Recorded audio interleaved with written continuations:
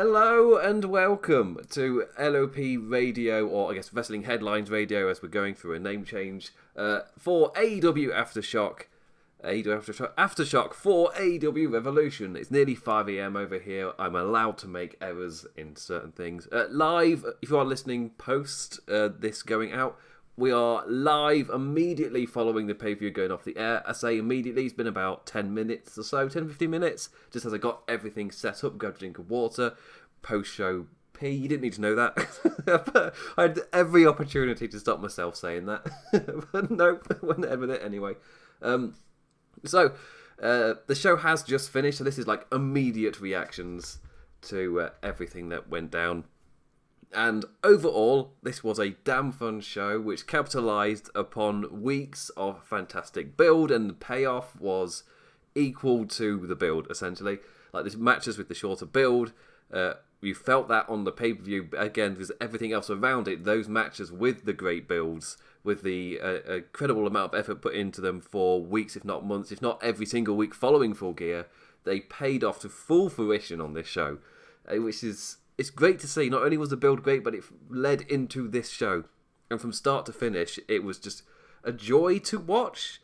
And it was kind of like a rehab over the past, couple of days, where like the hatred to and the unhappiness with WWE has reached another point. But that happens after seemingly like every Saudi Arabia show. So it's not for me. That's not like really new. I tune out for all of those shows, so I don't have that same feeling. Like, I'm sitting there thinking, why are you getting so invested in these outcomes? It's a Saudi Arabia show. You're likely not going to enjoy it. Surprise, surprise, most people didn't enjoy it. What? 5 out of 5? That's crazy. So a lot of people going into this show for a wrestling fan rehab. Deliver us a good show. I would like to enjoy wrestling, have a happy time. Me personally, didn't watch Saudi Arabia, didn't watch SmackDown. I've heard SmackDown was fine, but it kind of led on with the same emotions. So I'm coming into this with the last thing I watched being AEW Dynamite on Wednesday. I'm in a really chipper mood. Really enjoyed this. I've not had really anything else to distract me from AEW. I got hyped on Wednesday. I did the LOP Radio preview with Sir Sam on Thursday.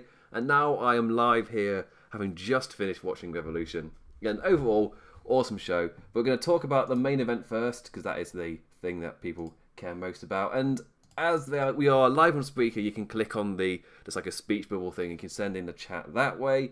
Also live on YouTube, send anything in via the live chat if you're listening live. When I say anything, seriously, engagement is all YouTube cares about. I do not care what you say. in the kindest way. Even a smiley face will do. Just to show that you're alive, I guess. Hopefully there's no YouTube representative listening to this. There wouldn't be. Laws of Pain was essentially a dead channel for a little while, so we're in the middle of reviving it by just putting out content whilst in the background making more substantial stuff. And my life is about to get so hectic soon that that's not going to be very quick moving. But oh well, who cares? Right, so I'm perfectly certain my mic's fine anyway. So we're going to start off with the main event, as that was the kind of big change that I did not see coming. Jon Moxley is your new AEW champion. This caught me off guard. I was not ready for this. I was not expecting this at all. I was just expecting a hard-fought match and Jon Moxley would somehow get screwed or somebody would interfere. I was like, well, they've set up Lance Archer. Could they even do a Moxley Archer thing, carrying on from New Japan, which they've seemed to also do? Just seen your smiley face, Kath. Thank you for that. So I really wasn't expecting Moxley to actually win. As when he did, it was an awesome surprise. Because it's one of those things where I wasn't expecting it, but the fact that it did happen, I am really happy about. It's just actually, yeah, it feels like it's the right thing. Even though I personally was no, I feel like Jericho's reign should go on forever. I'm personally a massive fan of long titles for reigns. I know there are lots of people who aren't. You just have to see people complaining about Becky Lynch in WWE. I really like her reign because I really like those kind of long reigns with the person at the top who has definitely reached the kind of reaching a peak popularity point. So why would you take the title off them? Unless they're like Sami Zayn, where they're really good in the chase when they're like the babyface guy. So, yeah, I was thinking Chris Jericho could hold it for like an entire year or something ridiculous. like the Okada Mega Reign, maybe not that. So when Jon Moxley actually won, that genuinely surprising for me. It was great to see. But I'll talk about the match overall. Both guys had awesome entrances. Moxley walking in from the outside like a badass, and Jericho with the Inner Circle Choir rendition of Judas. With, I've forgotten her Twitter name, but yeah, she's on Twitter. It's been tweeted about. If you go onto like wrestling's Twitter, you'll see whoever the actual singer herself who did an amazing job. She's on Twitter, awesome stuff there. But the Judas rendition was simply amazing and led into the fans singing to and along to the actual song really well. So like all the thumbs up with that one. The match itself very quickly entered the brawl zone, as I called it, almost immediately into the crowd as we went on tour around the arena in Chicago. Aubrey, the referee, let them brawl how they wish, just like reiterating every now and again, they can't actually win out of the ring. So you can have this brawl, like as long as it's you two and the others aren't interfering, because Santana and Ortiz were there being cheeky. But as long as they didn't directly interfere, Aubrey was fine with them being there. And Chris Jericho, Moxley's main event for the title. I'll let you brawl at ringside, but you're going to have to score a pinfall or submission in the ring. That's it. That's all you really cared about, which was... I like that kind of thing where it does... I like the idea of referees having different reffing styles, because it's something I'm used to with New Japan. In WWE, again, the referees have no character, compared to Aubrey being one of the most over acts in AEW, which is like crazy to think about if you go from like one company to another and their different ideas of presentation for the referees. It's just a minor thing I feel like really adds to like the whole presentation. So with this whole brawl along ringside, it's Moxley who ends up bleeding. A ring post bump cut that man up good. Followed by him being sent through the table that Omega and Hangman set up earlier, with Omega stopping Hangman from sending one of the books through his ringside table, which had the clock on it. Not clock, the bell, the ring bell. That's it. He had that on it, so they stopped that from kind of happening. And that came into the main event. So it'd been set up, they made sure you knew it was there, and then in the main event it came into fruition with Moxley going through it. And he was bleeding underneath the eye patch. So my assumption was this wasn't meant to happen. He was bleeding underneath the eye patch, and it was kind of pouring down. When he, later on in the match, he did kind of lift the eye patch, and you saw it, the cut. So it was kind of evident that, oh yeah, that's a proper gash that's going to, like, stitches kind of stuff. So yeah, a lot of blood was pouring down in this match. A lot of blood in this pay-per-view, really. It wasn't violent, but it did have quite a bit of blood in it. In this match, though, the numbers game with Santana and Ortiz did eventually come into play. They were laying the stomp down on Moxley whenever the referee was turned around. It's one of those where they were getting the upper hand, but it's really just a matter of time before they got kicked out, which obviously did happen eventually, but I'll get to it then. So Moxley really was not just fighting Jericho, but he was fighting the numbers and the blood in his eye too. He was constantly fidgeting about with his eye patch, because obviously the blood coming out and it's underneath the eye patch. That's really uncomfortable. The odds were extremely great against Moxley. Again, the one added thing of the bleeding above the eye, that kind of felt like one more thing that was one thing too many for Moxley to handle. It's one of those like happy accidents, where in terms of the story they were trying to tell, it was perfect. It was an absolutely perfect thing to happen. It just took things over the edge in terms of what Moxley can handle. And yeah, it's a happy accident. I like that. However, the one strength emphasised was Moxley and his training in submission with Randy Couture. I've not watched the videos. That came out of nowhere for me. So it was specifically training with Randy Couture to counter Jericho's finisher, or the attempts to do it. And it worked. So, yeah, we saw it work. We saw him flat out counter it into, I think it was an ankle lock or something. But it wasn't just that move. We saw the Codebreaker countered. He got for the paradigm shift, which then also got countered. We entered a nice little round we go sequence, as I called it. Eventually, Moxley then transfers into the walls of Jericho himself in an awesome spot. And Jericho crawls to the ropes, only for Moxley, like Jericho, just to drag him back into the middle. And sit down into the table again, so much like how Jericho does it. It was just kind of cool to see. And it took Jake Hager eventually coming down after Moxley was sat in it where it's essentially the Lion Tamer. Jake Hager ran down. He made the save, allowing Jericho to finally hit the code breaker by the distraction and lock in the walls himself. But this Moxley didn't die down. He didn't take defeat very well. So the inner circle started getting angry. Chris Jericho pushing the referee, and Tony Schiavone and Jim Ross on commentary saying, we're seeing right through this. He's just trying to get disqualified, and referee Aubrey is not having it. She's just telling him to just stop. Then the inner circle themselves try to interfere with Jake Hager laying a punch on Moxley, and ref Aubrey immediately ejects everybody. Out they go. Chris Jericho goes along with them, kind of complaining mostly just to distract Aubrey, because as she sends out everybody, Sammy Guevara, who wrestled earlier in the night, and I hadn't clocked he wasn't there with everybody else. He then grabs the title and runs into Jon Moxley, smashing it into his head. Down he goes, and of course he kicks out. But the drama is there now. It's Chris Jericho by himself against Moxley, and it's this thing of Jericho's now by himself with Jon Moxley. Is the one situation Jericho had done everything in his power in the build-up to this match, in the months of build-up, the one thing he continuously tried to have not happen, and it's finally happened. But the pro is again that happy accident, the bleeding eye. Moxley is not 100%, and Jericho goes for that. He gouges his other eye, and that leads to Moxley being blinded, trying to swinging about, and is like, "Are you blind, bitch? Are you blind, you son of a bitch?" I think what he was saying to him. And Mox attempting punches, but obviously missing. With Jericho continuing to lay shots to the head with pulling down his knee pad and dropping a knee on top of Jon Moxley's head just to drive home the head pain. I don't know where I was going with that sentence. But Jericho then goes to close things out, thinking he's blind, I can just hit the Judas effect. So he stands in the corner, then he charges towards Moxley, spins, Moxley ducks, and then knocks him down, pulls the eye patch off, reveals that he can see through the eye that had the eye patch over. So even if he might have gouged one of them, he can see out of the other.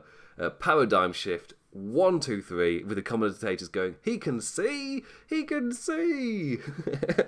Paradigm shift, Paradigm DDT, pulls off the eye patch, then full on paradigm shift, 1, 2, 3. Moxley actually won. Caught me by surprise. After the match, he's got those awesome wrist light things. I'll talk about them more in a second. Which were lighting up in the crowd, and Jon Moxley was posing with his new shiny championship.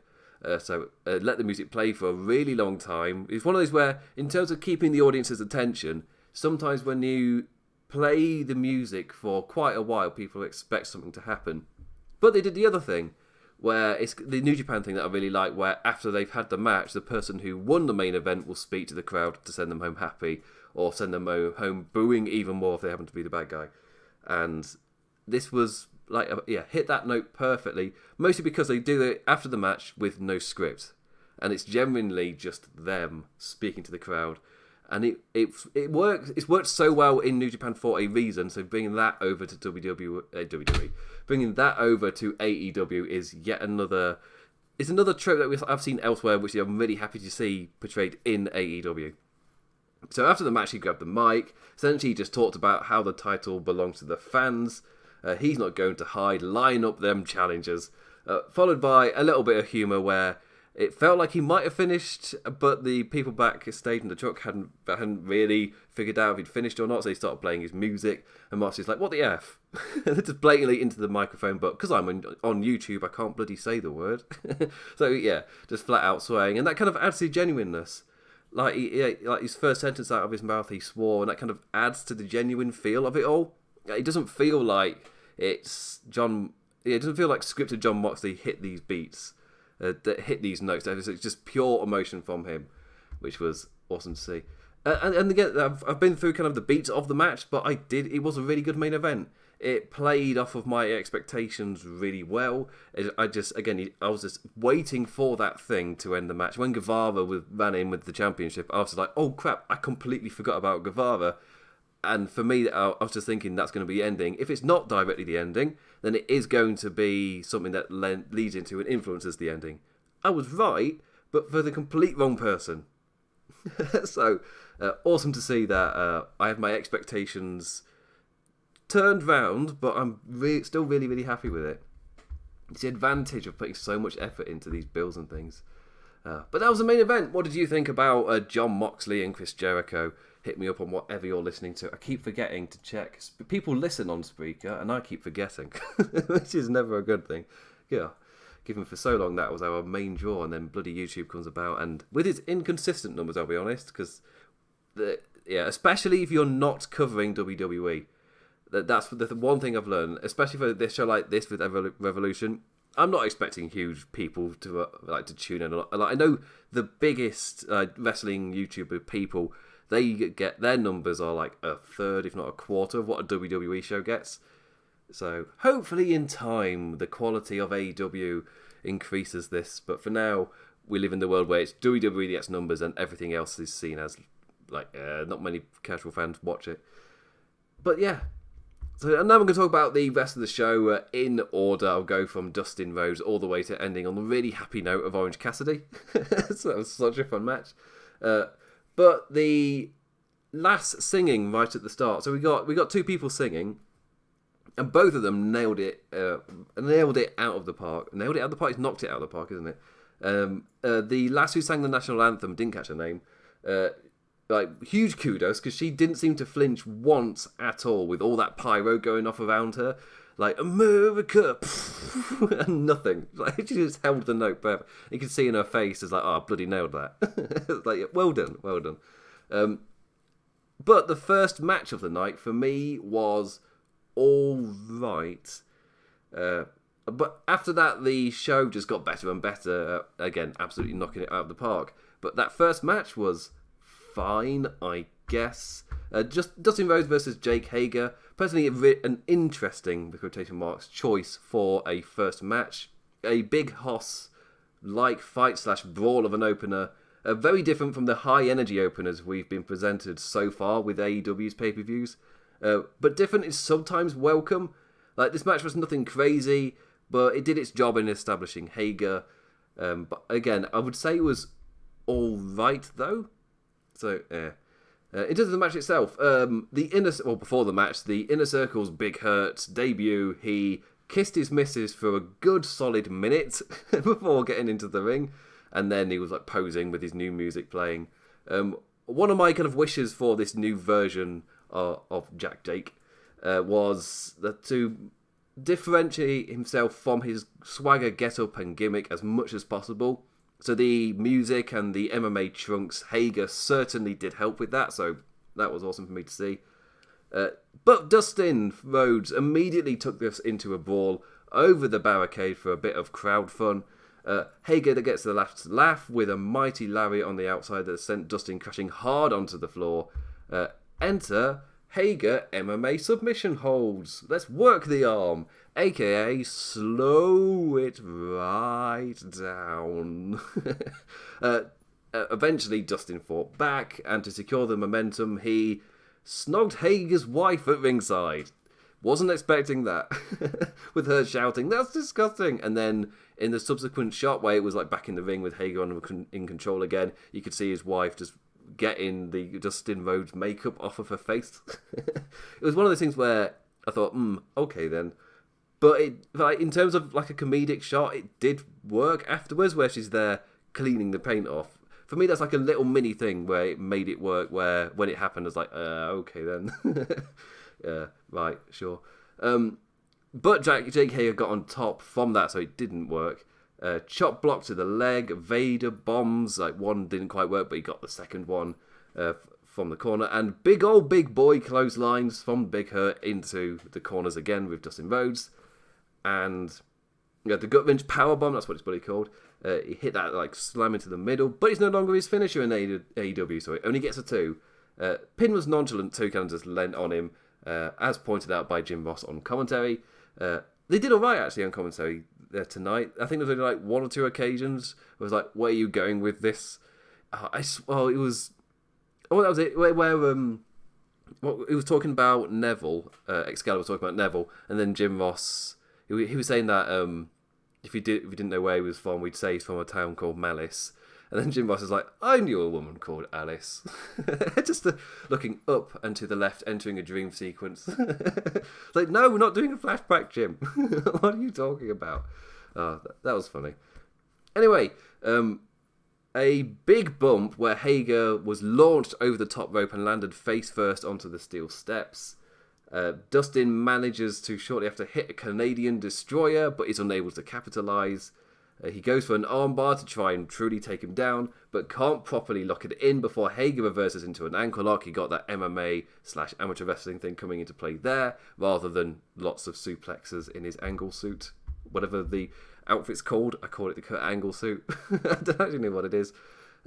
Dustin kicks the big man off, but the lad very nearly collides with referee Aubrey, allowing Hager to swing a stiff kick to the nads, and then he locks in a chokehold, which he apparently has used and won with in MMA. So it links those two things together, which I think is quite nice. And again, adds to his MMA character and kind of distances himself from Swagger. This is a Hager thing, not a Swagger thing. And I like that. But MMA is a world I know nothing about. I've tried to get into it. It's not for me. So it doesn't... Yeah, I don't know terms with that world. And that's all she wrote for Dustin as Ref Aubrey calls for the bell. An odd one to kick off the show. It was fine, but not really anything I'm going to remember past tonight. And already forgot. On to the next match. That was a reference. I wasn't being a dick. Second match of the night. Sammy Guevara versus Darby Allin. Now, here we go. Surprised this didn't kick off the show with its high energy and no-nonsense pace. With Darby Allin immediately diving through the ropes, launching himself at the Inner Circle man before the bell could ring. Both guys were over as hell from the entrances, especially Darby Allin. Like, they have got a star in that man. Who knows what happened after Darby Allin dove onto Guevara, because my internet cut out. Like, cue a few minutes of panic as my internet cuts out, and I'm just stood there with nothing. It's like, oh, this has happened. This happened once already this year, where it just didn't come back. So I've got to go to the router, turn the internet off, wait. And hopefully when I turn it back on, like, the internet arrives again. Luckily, I was fine. Like, the other night, I was just about to go live, and I was already live. I've been live for like 10, 15 minutes. Then it just went and never came back. It's like, oh, all right, and yay. But it returned just in time for that insane 6:30 to the outside for a table by Guevara, the madman. Like, yeah, the first thing I saw Darby Allin dive to the outside, and then I've missed everything, and next thing I see is the 6:30, which is like the end of the outside sequences, but it's like the peak. It's like, oh, well, this is built to something.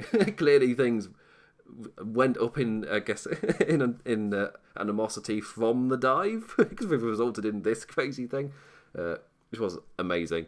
The match then properly got underway, incredibly fast-paced, hell of a lot of reversals. This was absolutely perfect, quick-fire wrestling at its finest. In the end, it was Allin's reversal that had his opponent down long enough to land his finisher from the top. I think it was like a Slumdog Millionaire of sorts, or like a stunner reversal, when it looked like that Guevara had nailed like a brainbuster or something, and he just immediately reversed it. And Darby Allin flew down with a coffin drop and received one hell of a pop for the win. Darby Allin is over. AEW have a star in that man and a dance partner to match in Sammy Guevara. AEW building the future damn well right there. That's the example. If you ever see somebody like putting out on Twitter, it's like, oh, they're not building up any stars for the future. Well, you can't possibly be watching the show if you say that. That's all I can really say. That's all I can really see from that, is if you see that kind of comment, well, they're clearly just not watching, because they are. There's no two ways about it. They are doing it. So I don't understand that.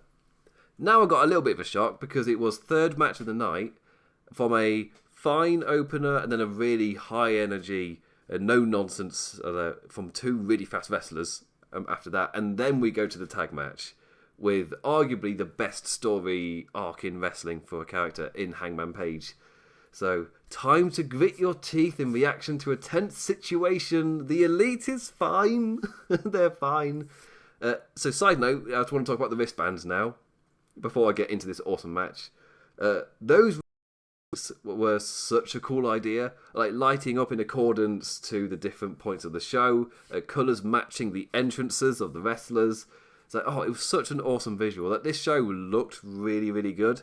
Because when I first saw it, it's the lights on the stage ramp, and you've got lights in the middle, which kind of add to that as well. You've got 2 screens either side, which is kind of like the normal setup for AEW, because of course they were lower for this one, for this stage setup.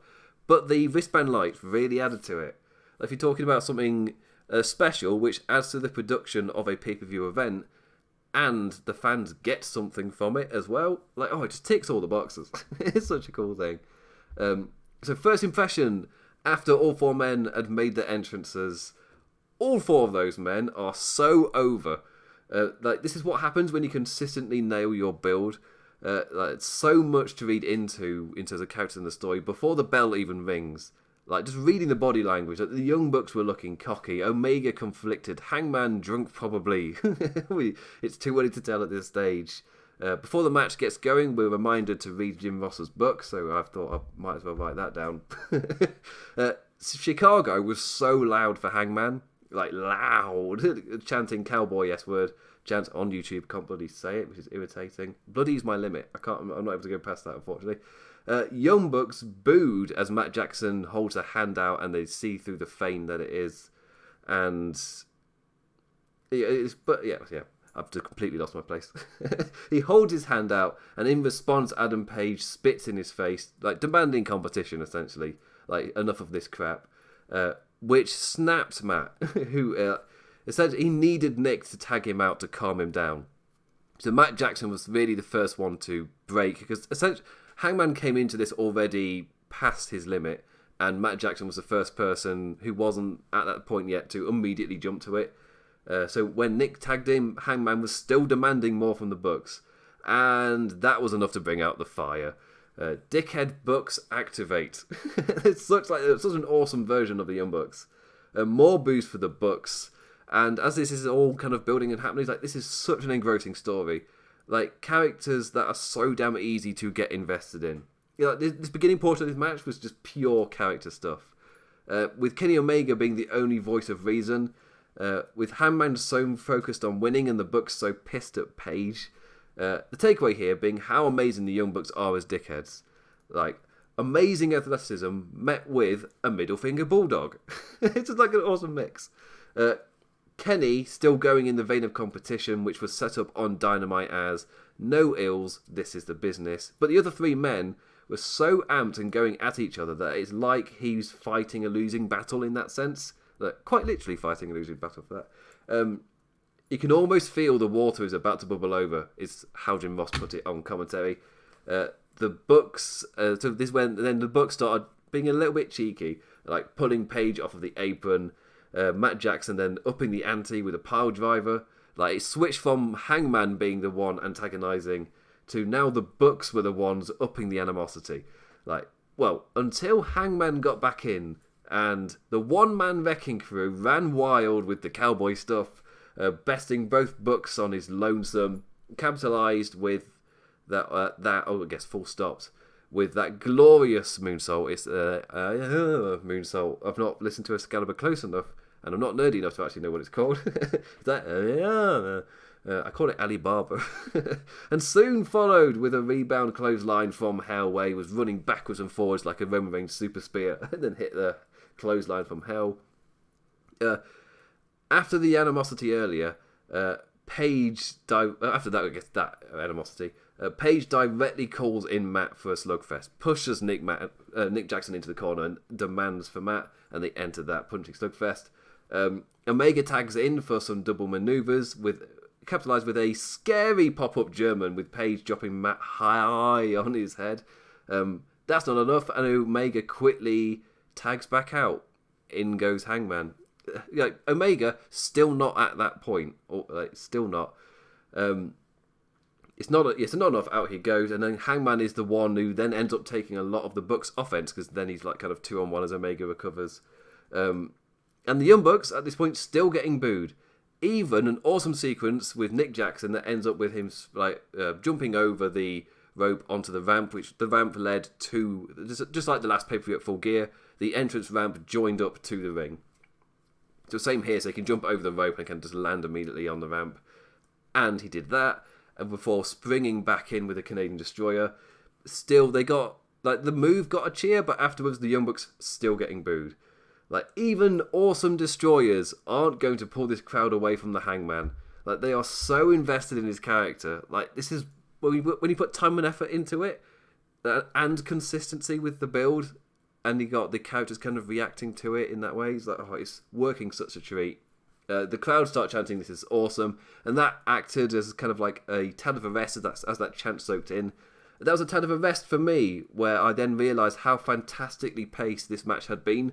Like, building perfectly, allowing the conflict to play out, instead of jumping to the crazy sequences too quickly. Like, they were allowing the conflict to show itself. A surprise to me, Page does the dance. He spins and he shouts, "Chicken wing!" Skull to AEW confirmed. that really popped me, him just doing that. Like, another thing that ties into the Elite storyline is Marty Scurll, who is like kind of a massive apparent vacancy for the Elite in AEW.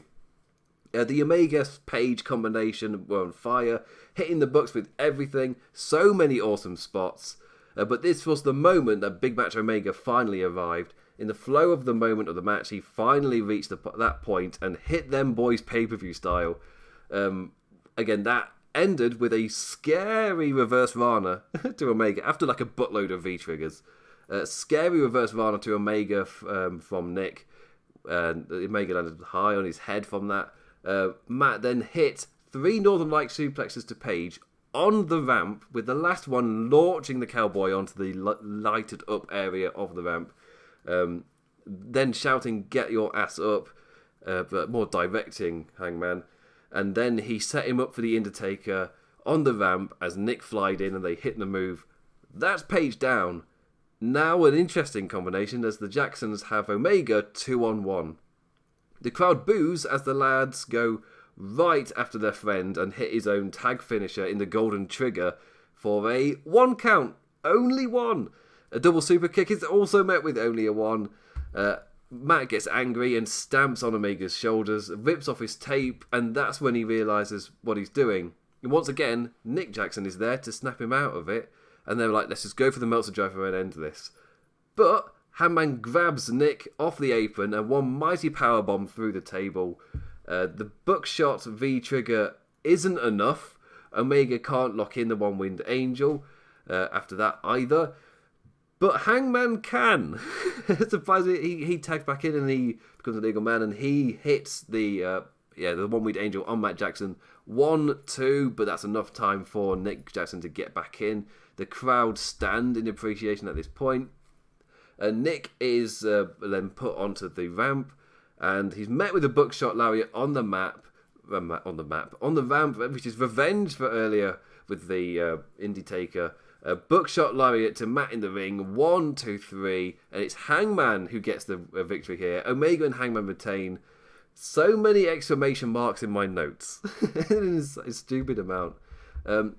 After the match, an incredible match. Like, people are calling it like match of the year kind of stuff. For me, the reason it is that high is because of the character work in it. Like, it built, and just like Golden Lovers versus Young Bucks that took place in New Japan, I want to say it was either last year or the year before. It was the Bullet Club is fine kind of angle, and Cody was a massive baddie, so it must have been 2018. God, that's like 2 years ago. Anyway, I don't realise time's flying. It was an incredible match. For me, it was amazing. It was perfect. It was modern day wrestling at its absolute finest, incorporating that storytelling thing with the high spots, and it just made you care so much. And the entire time you're feeling tense as you're seeing that animosity play out. It was done so damn well. But after the match, all 4 stayed in the ring. The Bucks holding up their hands to shake the hands, like the spirit of the competition thing. Not even Omega seemed up for it. He seemed reluctant. Although he didn't fully push them away, he was happy to kind of stand by them, but wasn't like fully like shaking their hands and accepting that. Hangman was having none of it though. He walks out of the ring and kind of just stands on the apron, and the hint is dropped. And then after you see the hint dropped, he just drops the tag title onto the apron and holds onto the rope with both hands, just like he does when he swings in for the buckshot lariat as Kenny Omega stands in the middle. But then he just lets go of one hand and calls Kenny Omega over. Like, you saw him think about it. He did it so well, where you saw him think about it for a split second, and then as soon as Omega turned around, he didn't pause or anything, he immediately went, come on. Like, he'd made his decision before he turned around, essentially. That was just storytelling brilliance. Yeah. Omega. So instead, we didn't get buckshot lariat. Instead, he called over Omega and they walked up the ramp together with Page and his beer. But the lariat was teased. As in, this is AEW telling you they're going to do it. But we're not going to tell you when or how. It's just perfect teasers. This entire match, from the moment that the video played hyping it up to the moment that they did the tease for the buckshot lariat and then walked up the ramp. Just, for me, it's like wrestling. It's perfection, essentially. Like, this is why this match, this entire thing is like why I'm a fan. It was so damn good, capitalizing on months and months and months of story. Like, for me, the best thing is they're not doing anything. Because I put out a tweet yesterday saying AEW aren't really doing anything crazy. They're just telling stories like every other show on television. But compared to WWE, it's revolutionary. It's just that idea of a continuing story that can last on for months, and it builds, and the whole kind of universe is together in these stories that build. You're not on your own passing ship, or not allowed to interact with anybody who is not on your ship. Like, yeah, the whole world feels so much more alive, and this storyline with Hangman is amazing. Like, there's just so much depth to it, and they're dropping hints for... Yeah, the big thing is they know where they are going with it. And for me, that is the most important thing about like the entire story that they're doing, is they know where they're going. Therefore, you can drop things in and put little hints of what might happen. When you know where you're going, you can do that. It's not a crazy idea. Like, most stories do this. It's not crazy to know where you are going, and therefore that has massive benefits. So, all the stars, all the thumbs up. This was an absolutely amazing match. Go watch this. Even if you're somebody listening to this who isn't massively high on AEW, which is begging the question how and why you're listening to this. But also, I just recommend this in its entire... I don't know if it hits as well if you haven't watched it. Maybe the VTR does its job. But yeah, this is just wrestling at its peak at the moment. It could get, for all I know, it could get better. This happens with New Japan. We're like, Wrestle Kingdom was amazing. There'll be nothing better than this. And then you just watch the rest of the year and there is stuff better than that. Like, G1 Climax throws out so many matches of the years by itself. Next up, AEW Women's Championship. Nyla Rose versus Kris Statlander in a rather great match. It's just a shame it was in the come down spot after that amazing tag, which had fans in attendance like holding in their toiletry needs. And they were coming down from it. Like, you saw loads of comments, like even going into Cody MJF, which were people just saying, I've not come down yet. Like, I'm struggling to get invested in this match because I've still not come down from that tag match. So maybe it's one of those where third on the night was perfect for the tag match, but the card that then followed it took a while to get back in, which is like the next two matches maybe suffered from it, even though fans were invested in, especially MJF Cody. Yeah, they just struggled to get into it. So, the Women's Championship was Alien versus Native Beast, a champion of power with surprising athleticism versus a challenger with great athleticism and surprising power. Statlander in trouble early on after a dive to the outside ends in a meeting of fate and ramp, followed up by an awesome spear through the ropes from Nyla. Ensue a fair amount of time with Rose in control and doing the big move. Bah! I slam you. Bah! Submission. Bah! I'm a baddie. Bah! There was this led to an awesome spot with Statlander in trouble. No trouble. Statlander draped, that's what I'm looking for, draped over the ropes. Nyla climbs to the top for her diving knee, but as she climbs to the top rope, Statlander just stands onto her hands and handstand walks into the ring. That was like my favourite spot of the match. I absolutely loved that. And then that resulted in her getting the momentum back, which was kind of awesome to see. This then built to her hitting a nasty looking suplex on Nyla Rose. It did not go well, like, at all. But it then transitioned very, very quickly, seemingly, into a powerbomb from the corner attempt by Nyla, which was then countered into a head scissors attempt from Statlander, which was then countered again into a powerbomb, but they kind of struggled in the lifting for the powerbomb bit, and in the end Nyla Rose got her high enough to then slam her down, so it was like safe enough.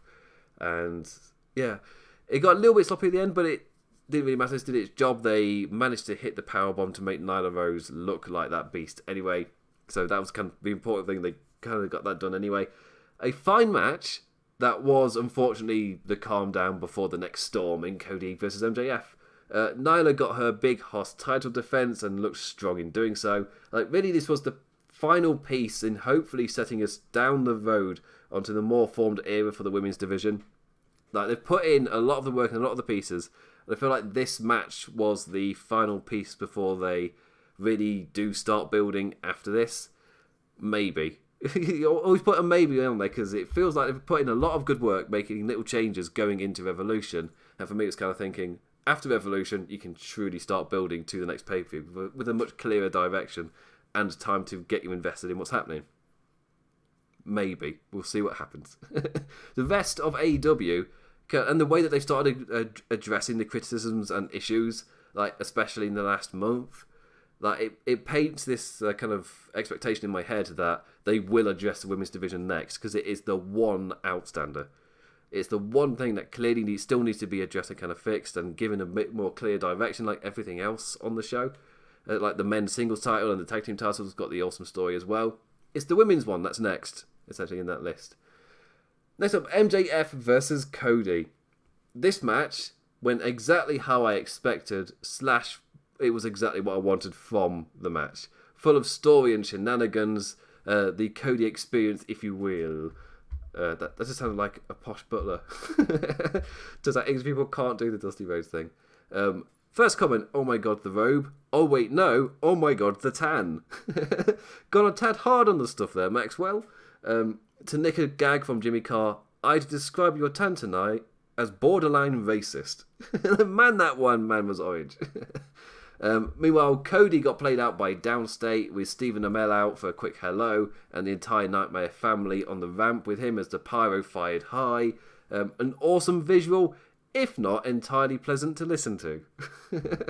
I felt like Downstate, like towards the end of the song, maybe got a bit more into it, but when they were like cheering in the crowd, but it was a little bit shaky to start with. Yeah, not entirely pleasant to listen to. The match itself had MJF capitalising on every opportunity that presented itself, whilst Cody was literally launching himself at the man, especially at the start. There was top-notch teamwork from the Nightmare family to take down Wardlow. Nightmare Collective is dead. Yes, the Nightmare family teamed up together to take down Wardlow, with Brandy throwing a drink in his face to give chase. Arn was there with the Holt, and then Cody dove with the Tope Suicida. Down goes Wardlow. Job done. However, as I just stated, after that, MJF was able to capitalise on the distraction and stretch the man down for the next few minutes, it felt like, trapping his limbs, making him stretch the ropes with his head, then ripping off Cody's boot and biting his broken toe from the moonsault off the cage back on Dynamite 2 weeks ago, linking that into the match. Like, yeah, awesome. Cody got his revenge and strikes back, resulting in Arn grabbing a chair to combat the now back on his feet Wardlow. Next thing, MJF's dripping with blood as he dons the infamous Crimson Mask. I didn't see what happened. Maybe I was writing notes down so I missed it, but didn't really see that it happened. Which was something, like, immediately, it seemed like that was something that's kind of a tad... It set a tad of a fire in the man. But also led to a run of shenanigans. Wardlow lifted MJF's legs onto the ropes after a Drake DDT, or face buster DDT thing. But the ref saw it. Wait a minute. Brandy jumped onto the big man to try and take him down, but he just caught her. Then he lifted her onto his shoulders and teased, hitting his finisher. Cody stops him and runs with the big boot, but Wardlow pushes him aside and he goes into on Anderson. Down goes Anderson. Followed by a low blow by MJF, and the American Nightmare just survived in the match.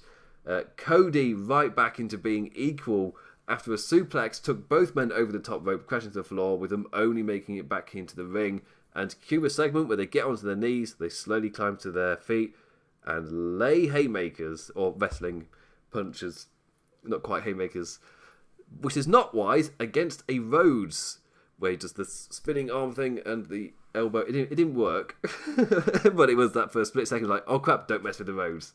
Be careful with that. And Rhodes was on top, and he locked in the crossroads, which was reversed by MJF into his own version, the double cross, only gets a 2. And our lovable chap in MJF, the salt of the earth, grabs... What did he bloody grab? He grabbed something. Oh, what did he bloody grab? I'm so tired. The belt, that was it. I was like, he whipped him with something. He grabbed Cody's belt to potentially whip him. The ref's having none of it, though, and in swings the low blow from MJF as he takes that away. Cody then grabs the belt and whips the hell out of MJF. The referee only allowing 2 because he had 1, and then he tried to take it away from him, and Cody was like, I'm only going to do 1 more, then I'll get rid of it. And the ref's like, fine.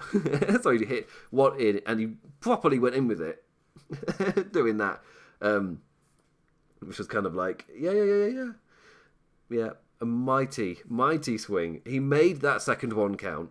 After which MJF was like in the corner, kind of cowering. Then MJF feigned like the hugging of Cody in forgiveness. It looks like Cody's never buying it, but he's not ready for MJF to spit in his face. Cody retaliates pretty well, hits a crossroads, but Cody ain't pinning the man after all that has happened. A second crossroads, not yet, still not up in there. Cody amps up the crowd for a third, really trying to get them like, come on, let's finally put him to bed. He did this exact thing as well against super bad Chris Sabin, got his name eventually. But we lift up MJF, who's able to land in a couple of strikes, and wham, with the diamond ring loaded fist, Wardlow had slid into the ring. 1, 2, 3, MJF wins. Poor Cody with the cheeky tactics finally paying off. It's like, yeah. I was talking about the main event, where it was like, we do all the cheeky things and he make you forget about one of them. In this case, it was Sammy Guevara. Here it was the diamond ring. You just kind of, until it slid into the ring by Wardlow, you just completely forgot about its existence. So I guess decent on that. For me, this match was, again, it was fine. I felt like it was going to build to a certain point and maybe start to exceed it because of how strong the story was. But then it wasn't. The story they were painting was MJF's ability to win by any means necessary, rather than this is going to be a crazy blood feud. But it still feels like it's long-term setting up crazy blood feud. Like, you don't blow your load on the immediate one. Like, no. Yeah. Right. I've realised I've only got 1 match left. I'm going to take a quick swig of water because I've been on for about an hour and it's getting towards 6 a.m. There's birds chirping outside. You can't hear it because I've got everything locked up really well. Oh, nice cold water.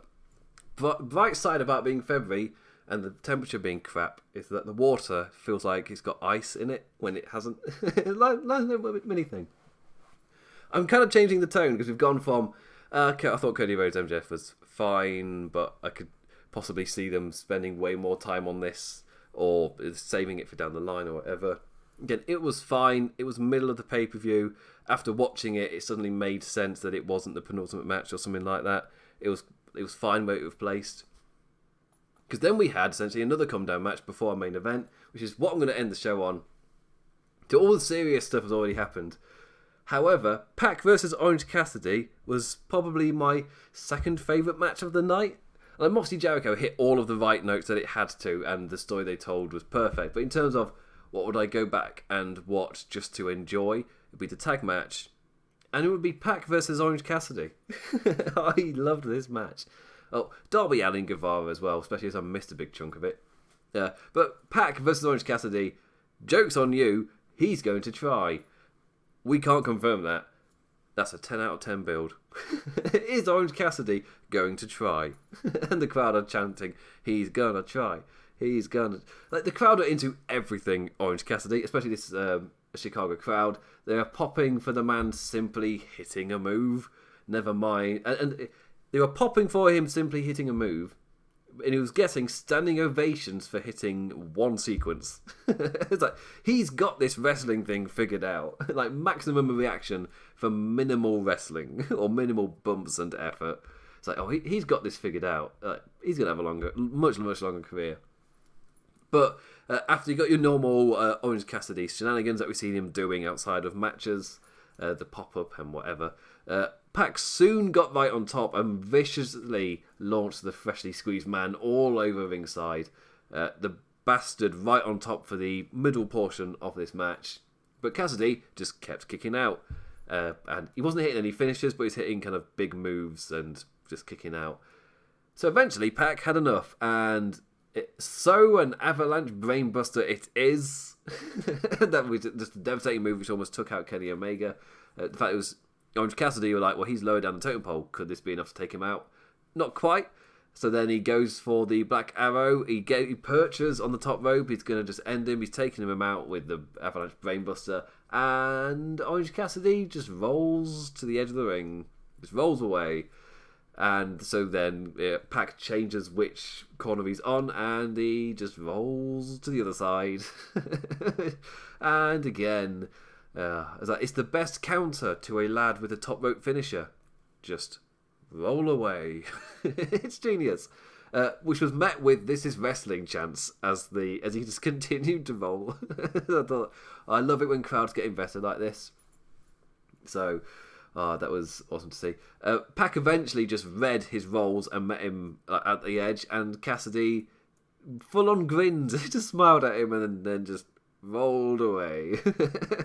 And then Pac's just at ringside, just like, but him rolling away, kind of smiling casually, it was a con. Cassidy then suddenly lit up and dove right into the Honey Badger, and then he back into the ring off the top rope. He just launched running, speeding DDT thing, and a 2 count as Pac escapes, and it was so good. Neville. Pac got back into it. Sometimes WWE just slaps me across the face. So Pac got back into it and he clocked the bugger. But every time he tried to land a final blow, Cassidy reversed. Pac went through a spell where he couldn't hit anything. Like a top rope bulldog was spun into a DTT. Back up, as in the British Bulldogs thing, not as in a running bulldog. Bulldog's not right. Power slam. That's what Buddy meant to say. Like a power slam reversed into a DDT. I was like, that was crazy. Back up. Cassidy jumped with a DDT, as in back up onto the top, just launched himself fell into a DDT. But Pac, it was his turn to roll away. However, the best friends were at ringside for this entire match, and they just threw him back in, as in Chuck Taylor just distracted and Trent threw him back in. And Orange Cassidy met him with a Superman punch, and the commentator was just like, wait, what was that? Like a proper running move. Then he hit another big slam thing. I didn't quite catch it, which went for the pin and another kick out. And it's kind of like they're building up momentum. Trent is on the ramp. Chuck Taylor's at ringside, and Orange Cassidy's amping up the crowd. When the Lucha Bros run out, they take out the best friends. Or take out one best friend, and the other one does the running tope onto them, or over the top rope flippy thing. That is a nut with best friends taken out. Orange Cassidy distracted. Pac locks into submission and he wins. And that's the end of that. This match was so much fun. I absolutely loved it. Like every single minute. It was so damn great. Genuinely enjoyed it. Like all the thumbs up going into that main event. Like for me, I thought the opening was a bit but the rest of the show for me was just emblematic about how much I've been enjoying AEW on television, and it just paid off massively, or set things up for the future incredibly well. names were made and they kind of established that MJF beating Cody is massive for MJF. It's 100% the thing that was needed. As my fridge, if a bit of a spoiler, my house is so massive I currently record in a kitchen. But it's about 6 a.m. Why is my fridge making a noise? It's quite far away. It's not like the most cramped room in the world. So there's space for a desktop computer, for example. Just to emphasise, it's not exactly the smallest room in the world, but what are you doing, fridge? So, you're not tuned in for me to have a conversation with my fridge, I'll be honest. I'm pretty certain that is the case. Anyway, yeah, this shows Emma Matthew about how much I've been enjoying Dynamite, and the thing, which was the next test, that they had done a solid build where it felt like one of the best built to pay-per-views in like recent American mainstream wrestling history. People were comparing it to pay-per-views from before I started watching. I started watching in 2005, so these are like early 2000s. So it's like WWE kind of peak times they're kind of referring it to as the last time they felt this invested going into a pay-per-view because of what had come before. For me, it's Money in the Bank 2011.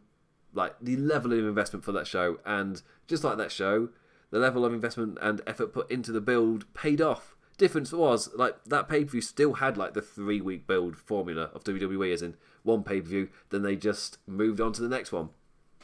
Compared to AEW, where they spent months building these stories, and I'm really, really enjoying that, where it's months between pay-per-views and things have time to breathe.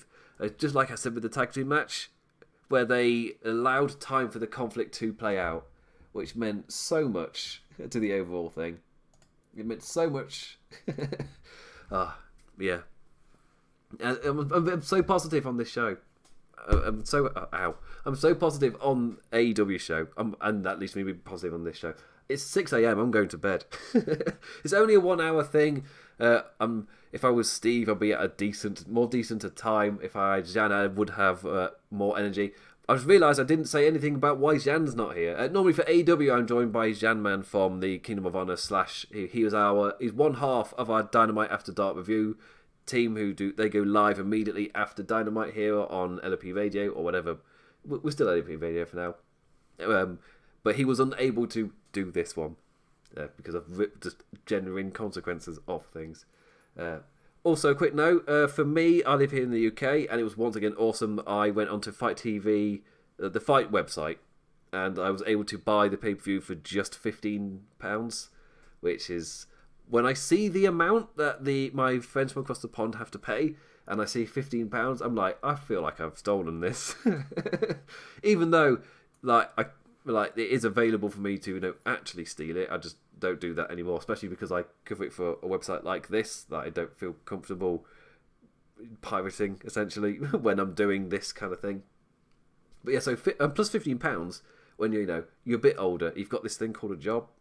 Like, sure, it's not the most in the world, but £15 is suddenly like nothing, especially when you look at the cost. Like, if it was the same cost, but if it was the American cost, I would question it. I probably wouldn't buy it, probably wouldn't be doing this to you right now.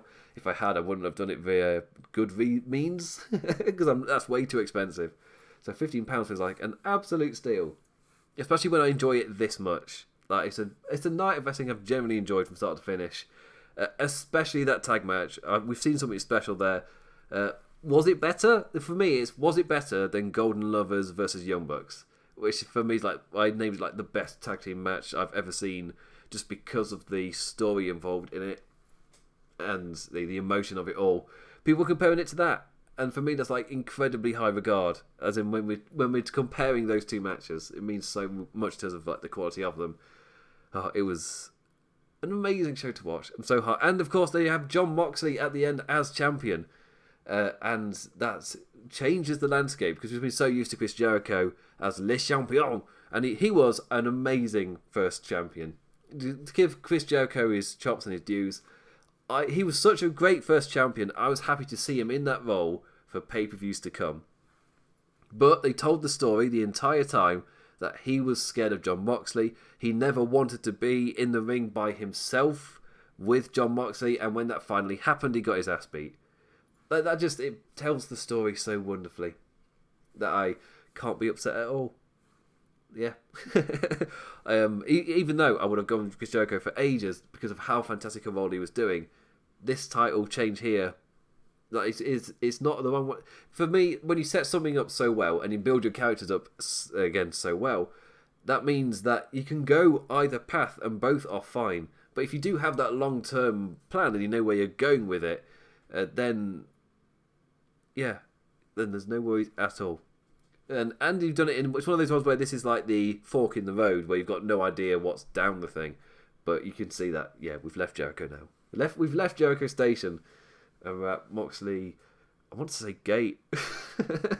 Random England football stadium influences in there. Anyway, before I log off, I have just noticed that Kath has hit up. Regular listener Kath has hit up on Spreaker, so I'll just read these out. It was a very good main event, it bloody was, and hi Fridge, you're a star.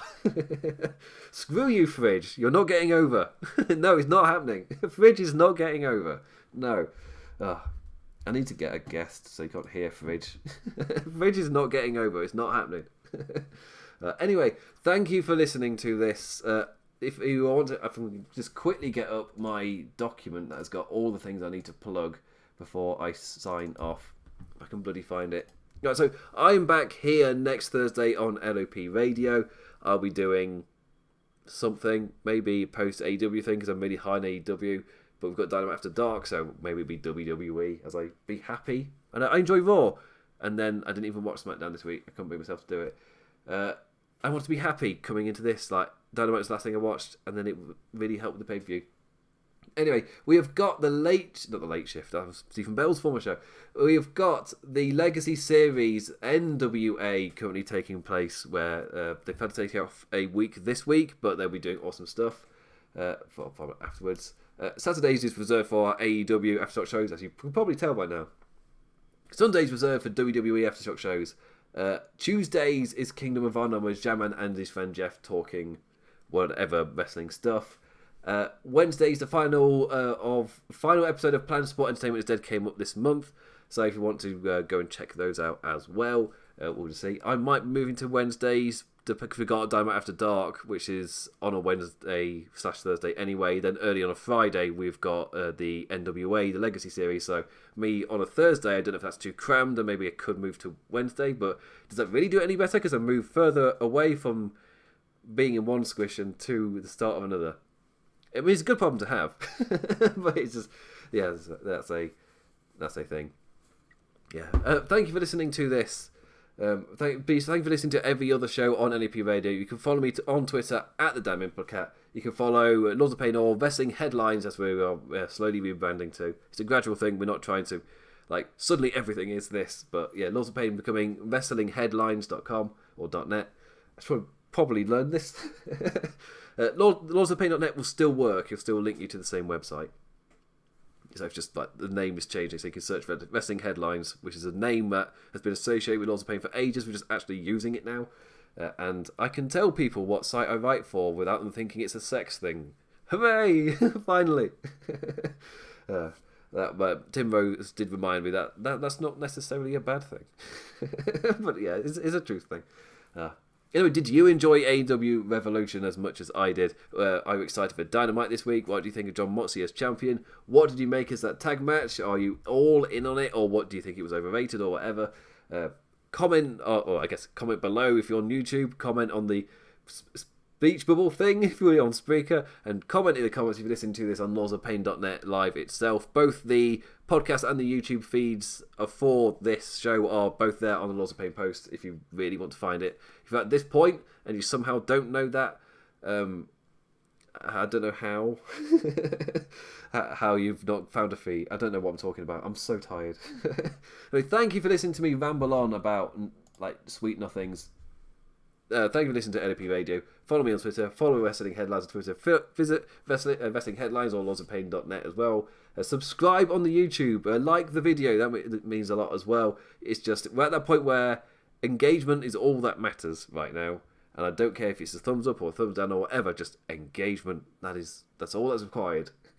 Hence the random smiley face thing. It doesn't really matter. Just engagement. Anyway. With that, I say thank you for listening, and I bid you adieu, and good night, adios.